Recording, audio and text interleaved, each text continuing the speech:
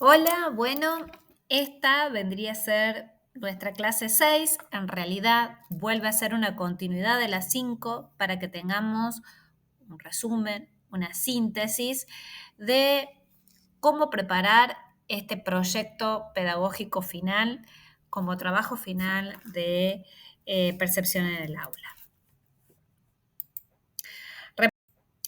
Repasamos un poco.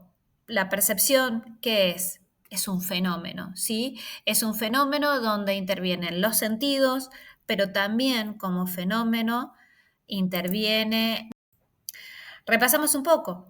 La percepción, ¿qué es? Es un fenómeno, ¿sí? Es un fenómeno donde intervienen los sentidos, pero también conviene nuestro proceso, nuestra facultad de poder interpretar lo que sucede en el contexto en el cual estamos, nuestra edad, nuestra cultura y obviamente el equilibrio que nosotros tenemos sobre esa realidad.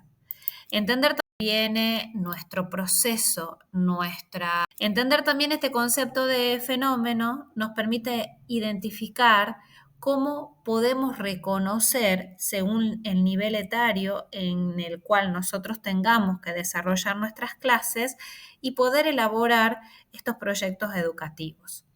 Ahora, si bien nosotros estamos en el nivel inicial o en el nivel primario, no quita que no podamos coordinar o articular esta propuesta en contextos diversos. Entender también este concepto de fenómeno nos permite identificar cómo podemos reconocer según el nivel.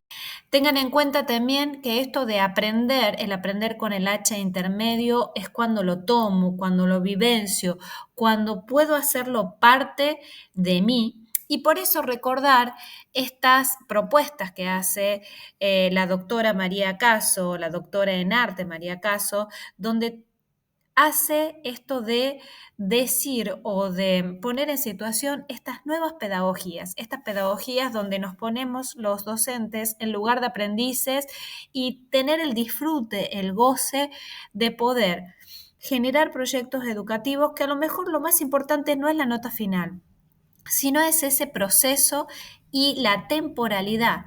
Muchas veces el efecto sorpresa y la evaluación se basa, mejor dicho, por ese proceso, por ese transitar en ese proceso. En la diferencia que nosotros hemos podido reconocer, el aprender es asimilar, es tomar, es lo que sería la enseñanza tradicional. Y el aprender con el H intermedio es una fusión que haríamos entre una y otra para poder diseñar este proyecto final. En la diferencia que nosotros hemos podido reconocer, el aprender es. Les había traído la filósofa Marina Garcés, donde Marina propone el revisar lo que pasa en estas cuestiones después de la pandemia y cómo se suceden estas prácticas colectivas, donde hay una especie de asentir o permitir ciertas medidas autoritarias, pero a su vez surgen grandes olas de solidaridad. Quiere decir que también se nos plantea esta posibilidad de volver a encontrarnos y observarnos unos a otros. ¿Qué pasa con esto de las redes? ¿Qué pasa de esto que también es una pauta que proponemos en este curso de usar un audiovisual, una producción, un collage fotográfico como un instrumento para poder llegar con esta idea final, pero no como un recurso definitivo?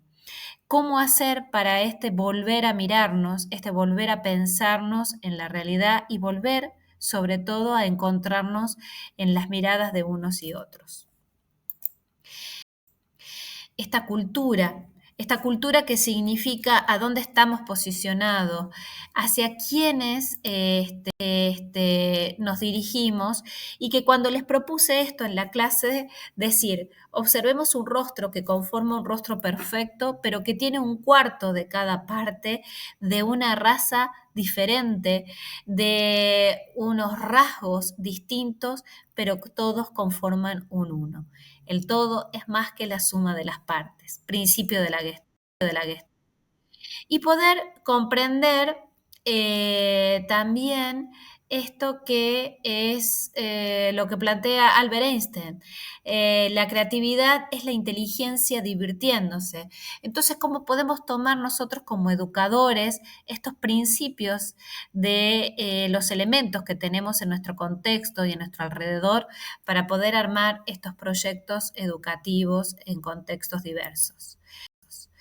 En las imágenes, que lo vimos en distintas clases, nuestro rol, nuestra tarea educativa no termina en el aula, también transita más allá de poder comprender que son seres humanos con historia, con vivencia, con un contexto que hace a que lo que transitan en las aulas puede ser transversal al resto de su vida cotidiana.